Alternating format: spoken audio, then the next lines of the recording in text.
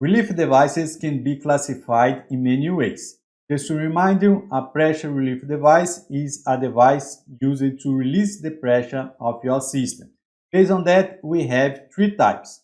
The indirect actuated valves, where a pressure transmitter sends a signal to a pressure controller, and the pressure controller is responsible for defining the opening of your control valve in order that the pressure released.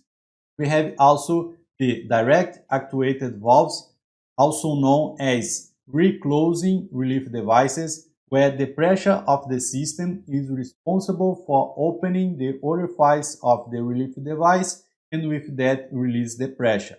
And we have also the bursting discs, known also as non-reclosing relief devices.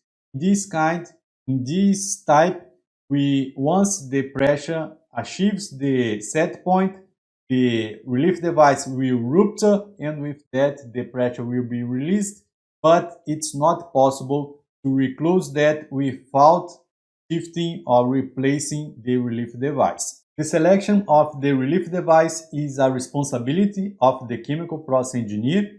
It depends on the characteristics of the fluid and also the definition of the relief scenario.